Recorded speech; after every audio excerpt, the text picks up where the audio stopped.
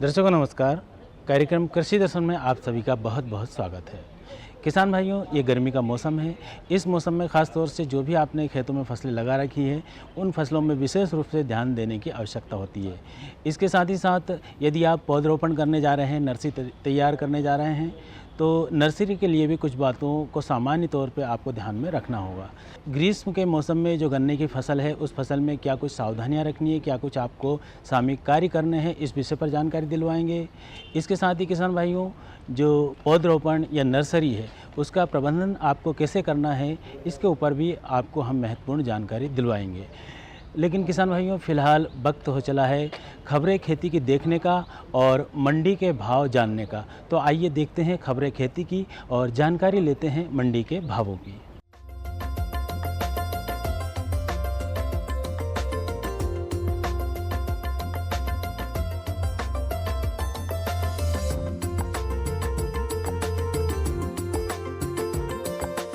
नमस्कार किसान भाइयों, खबरें खेती के में आपका स्वागत है। सबसे पहले नजर डालते हैं खास समाचारों पर। 3 सिंचाई परियोजनाओं को स्वीकृति, तैयार करें धान की नर्सरी, मूंगफली की उन्नत खेती, पशुपालकों को समसामयिक सलाह, मौसम विभाग की सलाह। मुख्यमंत्री श्री शिवराज सिंह चौहान की अध्यक्षता में संपन्न हुई मंत्रिपरिषद की बैठक में प्रदेश की 3 सिंचाई परियोजनाओं की प्रशासकीय स्वीकृति प्रदान की गई है। 4017 करोड़ रुपए से अधिक राशि से बनने वाली इन परियोजनाओं से 1 लाख हेक्टेयर से अधिक कृषि भूमि को सिंचाई सुविधाएं मिलेगी और 819 गाँवों को 12 लाख आबादी को पेयजल प्रदान किया जा सकेगा। मंत्रिपरिषद ने बिना संयुक्त सिंचाई एवं बहुउद्देशीय परियोजना के लिए 3735.90 करोड़ की पुनरीक्षित प्रशासकीय स्वीकृति प्रदान की गई है। धान के बीज को उपचारित करके तथा नर्सरी में अंकुरित बीजों को ही बुआई करना चाहिए। ऐसा करने से धान का रोपा यानी पौध तैयार करने में 4-5 दिन का कम समय लगता है और बीज के अंकुरण क्षमता का भी अनुमान हो जाता है। धान के खेतों में जिन बीज जनित बीमारियों का प्रकोप होता है वे बैक्टीरियल लीफ ब्लाइट झुलसा रोग तथा शीत ब्लाइट झुलसा रोग या शीत ब्लाइट रोगों से ग्रसित क्षेत्रों में बीज का उपचार बाविस्टिन से तथा बैक्टीरियल लीफ ब्लाइट से ग्रसित क्षेत्रों में बीज का उपचार स्टेप्टोसाइक्लिन से करना चाहिए। ये सभी काम करने से उपज अच्छी प्राप्त होती है। मूंगफली का अच्छा उत्पादन लेने के लिए तैयार खेत में आखिरी बखरनी के समय ही 20 से 25 टन अच्छी सड़ी हुई गोबर की खाद का प्रयोग अवश्य करें, क्योंकि ये फसल जमीन के अंदर लगती है। इसलिए जमीन जितनी ढीली तथा भुरभुरी होगी उतनी ही ज़्यादा तंतु जमीन में जाएंगे। मूंगफली बोनी का सही समय वर्षा प्रारंभ होने के साथ शुरू होता है। मूंगफली की बुआई उचित समय पर दुफल या त्रिफल से इस प्रकार करें कि मिट्टी में उर्वरक बीज से पहले लगभग 10 सेंटीमीटर गहराई में पड़ें, जिससे अंकुरण होने में जड़ों को पोषक तत्व सही समय पर मिल सकें। मूंगफली की बुआई के समय कतार से कतार की दूरी 30 सेंटीमीटर और पौधे से पौधे की दूरी 8 सेंटीमीटर होनी चाहिए। बुआई से पूर्व मूंगफली के उन्नत किस्म के बीज को फसल अवस्था में बीमारियों से बचाने के लिए व अच्छे अंकुरण के लिए फफूंदनाशक दवा से बीजोपचारित करें। इस समय अधिक तापमान होने के कारण दिन के समय पशुपालकों को छायादार स्थान पर रखें तथा तेज धूप से पशुओं की सुरक्षा करें। पशुओं में खुरपका एवं मुँहपका के टीके लगवाएं।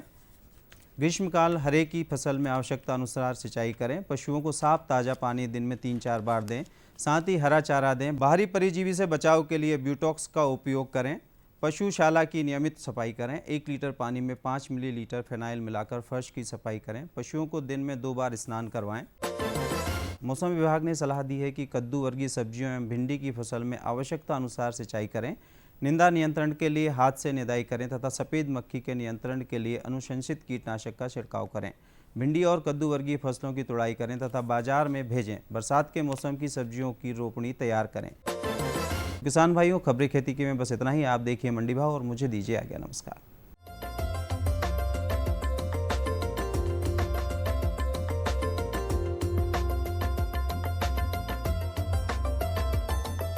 आइए सबसे पहले जानते हैं अरहर के प्रति क्विंटल भाव। हरदा में न्यूनतम 3050 रुपये, अधिकतम 3101 रुपये।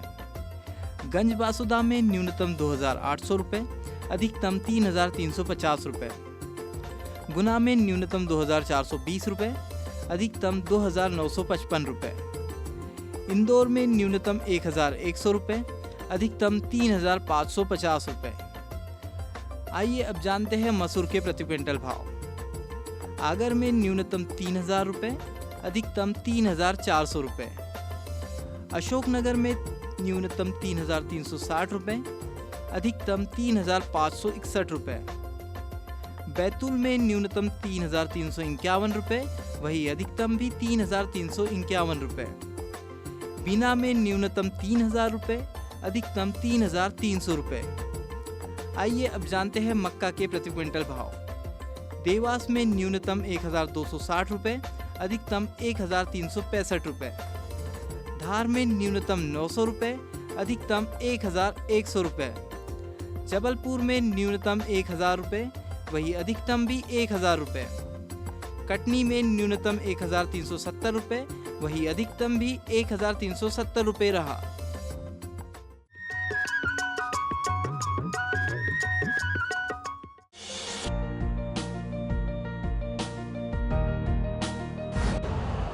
यूरिया का स्वदेशी उत्पादन 70 लाख टन बढ़ाने के लिए 6 उर्वरक संयंत्रों का उद्धार किया जा रहा है। FCIL के गोरखपुर, सिंदरी, तलचर और रामागुंडम संयंत्र, HFCL की बरौनी इकाई और BVFCL की नामरू फोर्थ। सोने पर सुहागा ये है कि देश में अब बनेगा सिर्फ नीम लेपित यूरिया, क्योंकि इससे होगा किसानों का फायदा ही फायदा। अनाज का उत्पादन 10% तक बढ़ेगा। बढ़ेगी 10 से 15% नाइट्रोजन क्षमता।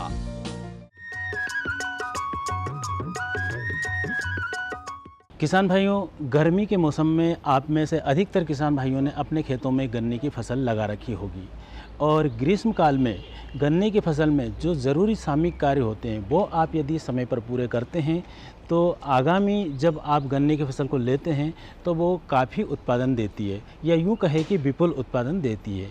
हमारे जो विषय विशेषज्ञ हैं वो आपको कुछ ऐसी ही बातें बताएंगे ताकि आप इस समय गन्ने की फसल में जो ज़रूरी काम है अपने वो काम पूरे कर लें और गन्ने का विपुल उत्पादन प्राप्त करें।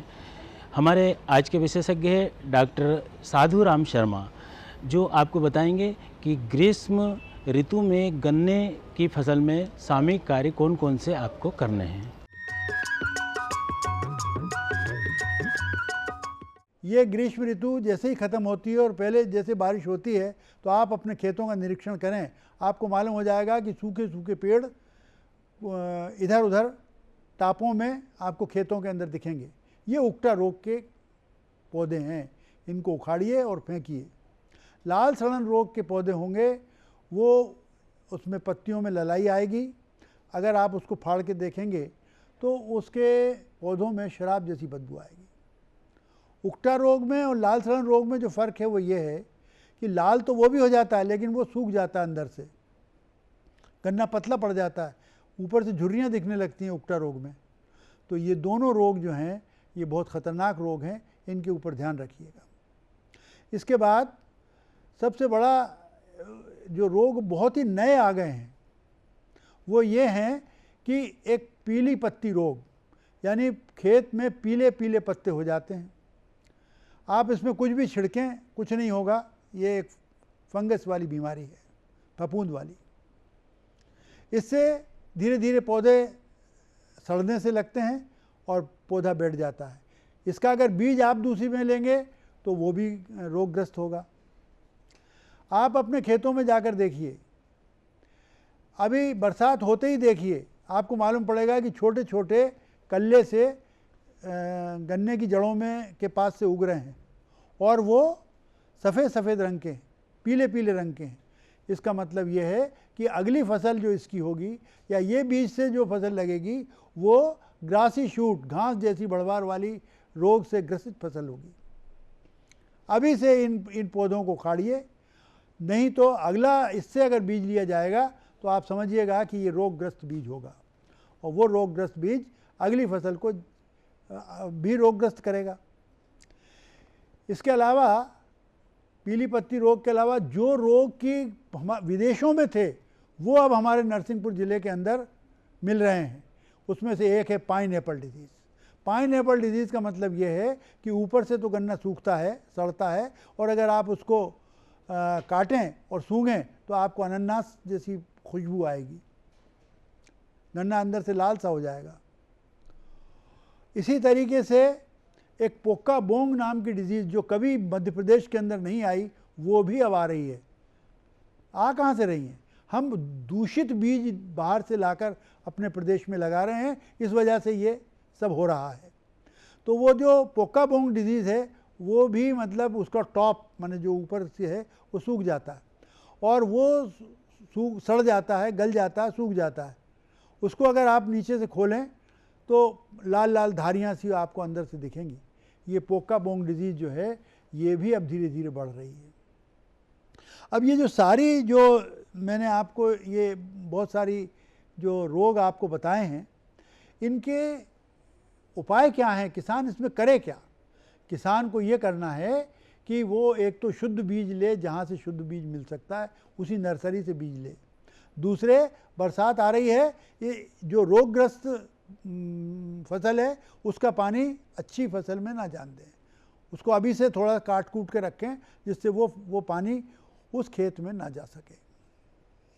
तीसरी बात यह है कि जो बीज आप लगाएं अगले साल, वो बीजोपचार करके ही लगाएं। और सारी फैक्ट्रियों में या ज़्यादातर फैक्ट्रियों में इस समय गर्म हवा उपचारण संयंत्र हैं, लेकिन अफसोस है कि चल नहीं रहे। गर्म हवा उपचारण संयंत्र में 54 डिग्री सेंटीग्रेड टेम्परेचर के ऊपर 4 घंटे तक रखकर इसको भाप युक्त वातावरण में गन्ने को गर्म किया जाता है। इससे होता यह है कि जो रोगग्रस्त गन्ना है उसकी आंखें तो मर जाती हैं और जो आंखें स्वस्थ होती हैं वो जिंदा रहती हैं। इसका मतलब क्या हुआ? इसका मतलब ये हुआ कि स्वयंमेव गन्ने के रोगों का कंट्रोल, स्वयंमेव रोगों का उपचारण, और इस तरीके का बीज अगर आप लगाएंगे अपने खेतों में तो इसका मतलब होगा कि आप स्वावलंबी होंगे। ये स्वावलंबन का कार्यक्रम जो बीजोत्पादन का है वही इसका इलाज है, वरना हम अपने गन्ने के क्षेत्र को रोगीला बनाकर उपज में भी कमी कर लेंगे, शक्कर की मात्रा में भी कमी कर लेंगे। तो ये बात मैंने आपको कुछ रोगों के बारे में बताई। और मित्रों, ये सीज़न है कीड़ों का, बीमारियों का। मैं हमेशा कहा करता हूँ कि अगर अभी रोक लिया तो रोक लिया, बाद में आप नहीं रोक पाएंगे। ये वो सीज़न है कि जब आप कम से कम एक स्प्रे कर दें अपने खेत में, तो आगे आने वाले जैसे ही अभी बादल का मौसम आएगा, अभी तो आप कहीं भी चले जाएं तो भगवान की कृपा से ना पायरिला है, ना सफ़ेद मक्खी है, ना और कोई कीड़ा है, लेकिन जैसे ही बादल होंगे तैसे ही ये सारे कीड़े आपकी फसल के ऊपर प्रकोप कर सकते हैं। तो उससे बचने के लिए अभी गर्मी के मौसम में आप एक छिड़काव किसी भी मतलब इंसेक्टिसाइड का, चाहे वो क्लोरोपाइरिफास हो, कुनालफास हो, उसका आप कर दीजिए। तो ये कीड़े जो अभी पल रहे हैं, कहीं ना कहीं पल रहे होंगे, उनका नाश होगा।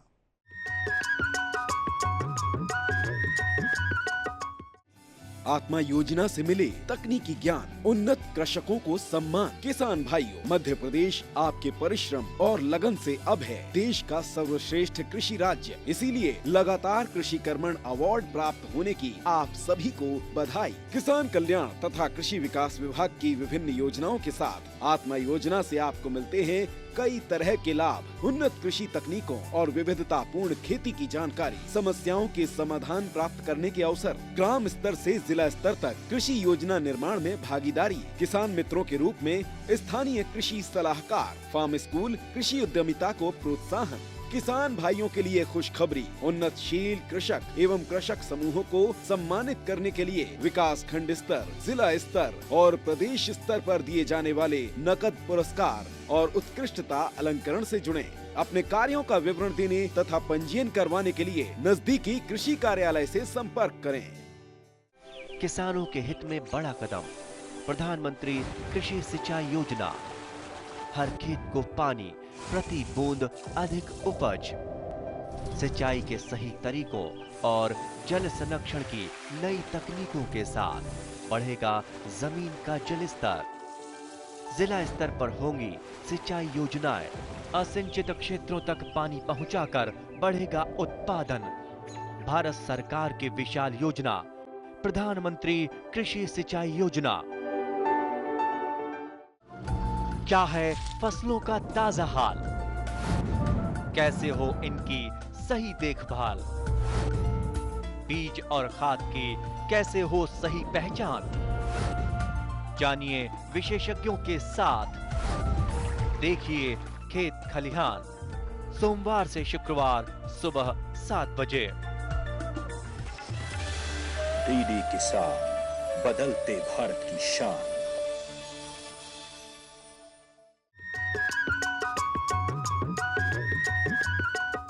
नर्सरी में जहां आप पौधे तैयार करते हैं तो नर्सरी का विशेष रूप से आपको प्रबंधन करना होता है, क्योंकि यदि ज़रा सी भी आपने कमी रख दी तो नर्सरी में बहुत सी कमियां रह जाएंगी और वो पौधे जो है समुचित विकास नहीं कर पाएंगे और विपुल उत्पादन नहीं दे पाएंगे।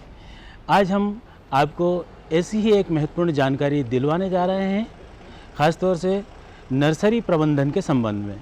हमारे आज के विशेषज्ञ हैं डॉक्टर के.एस. यादव, जो कि कृषि वैज्ञानिक है कृषि विज्ञान केंद्र सागर से। तो आइए जानकारी लेते हैं।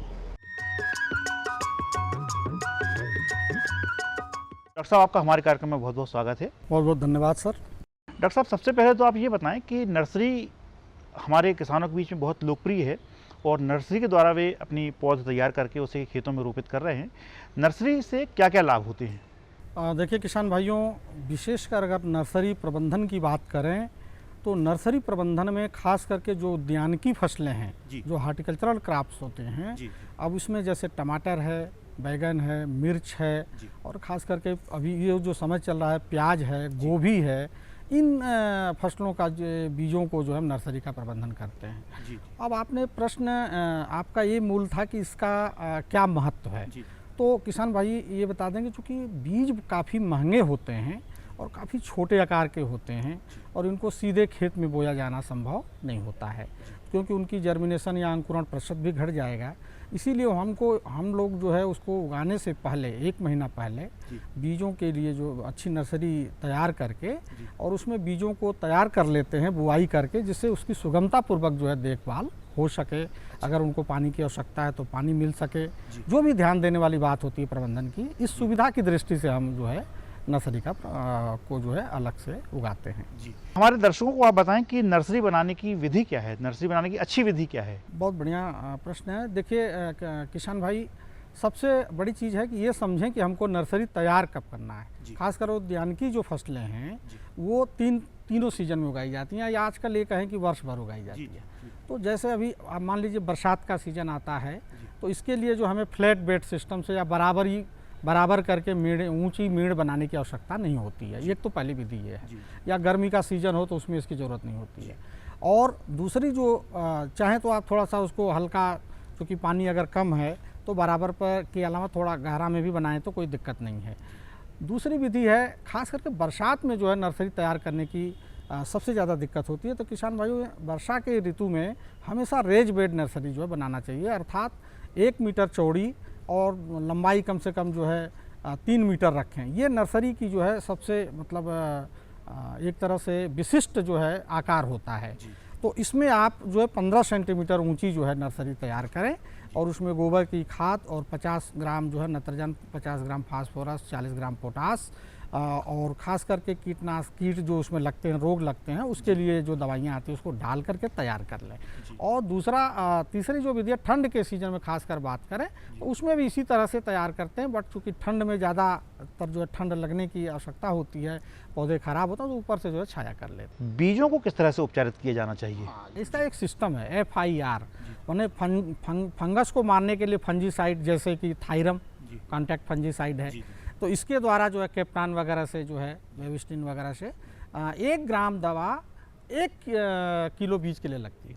अब किसान भाई समझ सकते हैं कि 1 ग्राम दवा अगर मान लीजिए 10 ग्राम का है, वैसे तो ट्रीटेड बीज आता है, फिर भी किसानों को मैं तो ये सलाह दूंगा कि वो जो है इन दवाओं से उपचार उसका 1 ग्राम प्रति किलो की दर से कर लें।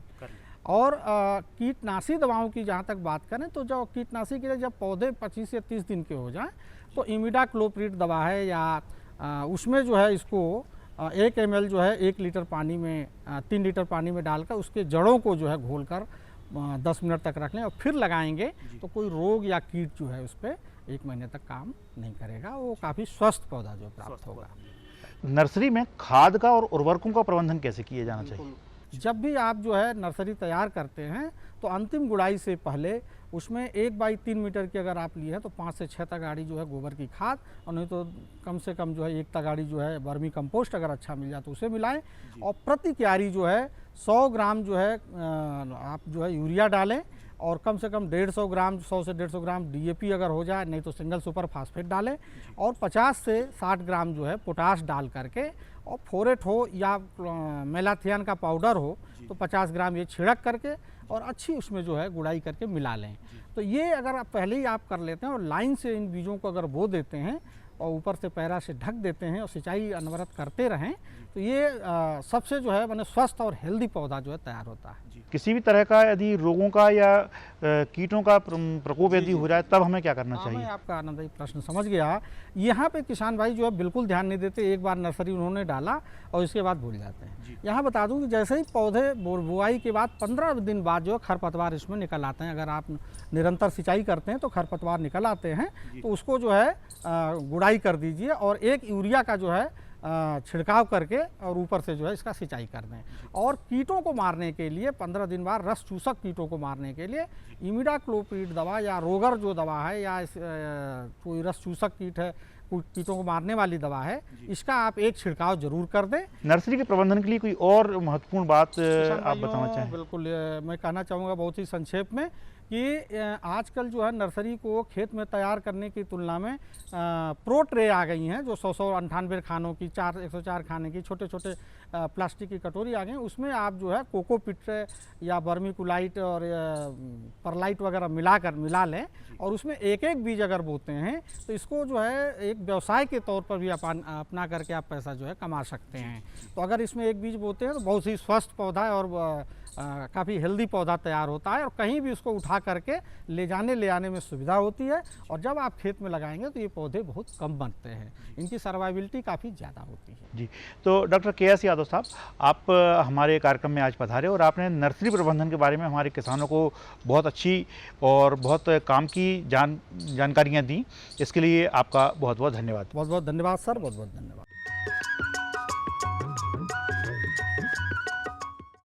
ये बदलाव क्या है? बदलाव से हुआ क्या है? भैया ये बड़े काम की चीज है। जब जब बदलाव आया है अपने संग खुशहाली लाया है।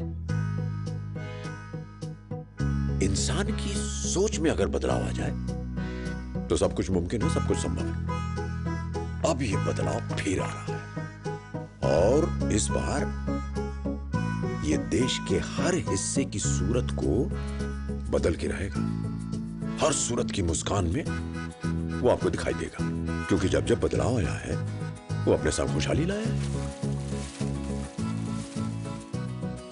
तो चलिए एक नई शुरुआत करते हैं, कुछ बदलाव करते हैं।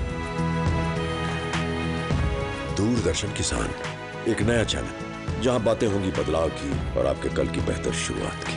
छेड़ो बातें बदलाव की। कैसे पाएं अच्छी पैदावार? खाली पड़े हैं खेत, उस समय हम मिट्टी के नमूने लेते हैं। कैसे रखें पशुओं का ख्याल? पशु बीमा बहुत जरूरी चीज है। कौन सी तकनीक रहेगी बेहतर? एक कॉल पर मिलेगी पूरी जानकारी। ये साहिवाल गाय कितना दूध दे देती है? देखिए हेलो किसान, सोमवार से शुक्रवार शाम 6 बजे। DD किसान, बदलते भारत की शान। मुद्दा किसान का। भारत में मौसम और मॉनसून मिलकर किसानों की तकदीर लिखते हैं। विषय संवाद का। कैपेसिटी नहीं है उसकी इतनी। मंथन विचारों का।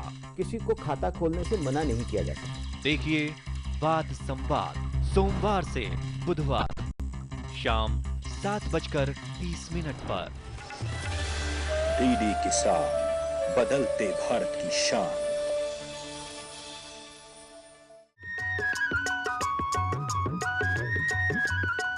तो किसान भाइयों, ये तो था हमारा आज का कृषि दर्शन का महत्वपूर्ण अंक, जिसमें आपने जानकारी ली खासतौर से ग्रीष्म ऋतु में गन्ने में सामयिक कार्यों की, इसके साथ ही नर्सरी प्रबंधन की भी आपको जानकारी हमने दिलवाई।